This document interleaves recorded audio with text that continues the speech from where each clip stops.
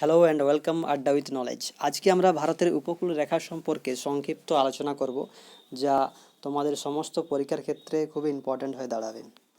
ভারতের উপকূল যে সমস্ত রাজ্য বা যে সমস্ত ইউটির মধ্যে রয়েছে সেগুলো সম্পর্কে জানতে হলে প্রথম ম্যাপ জানা প্রয়োজন। ম্যাপগুলোতে তোমরা দেখতেই পাচ্ছ, কচ্ছ উপকূল থেকে শুরু করে উৎকল উপকূল পর্যন্ত কিন্তু ভারতের উপকূল মেনল্যান্ডের মধ্যে অবস্থান করছে। রাজ্য যদি বলতে হয় সেক্ষেত্রে কিন্তু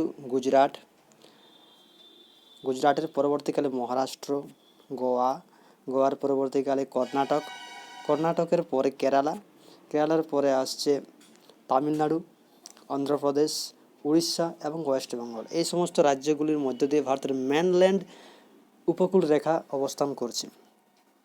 এবং উপকূল যদি জানতে হয় কোন ক্ষেত্রে সবচেয়ে বেশি দৈর্ঘ্য রয়েছে, সেক্ষেত্রে আন্দামান নিকোবর দ্বীপপুঞ্জ, এবং মেনল্যান্ডের ক্ষেত্রে গুজরাট, এবং সবচেয়ে কম রয়েছে আমাদের গোয়া, যা আয়তনও সবচেয়ে কম।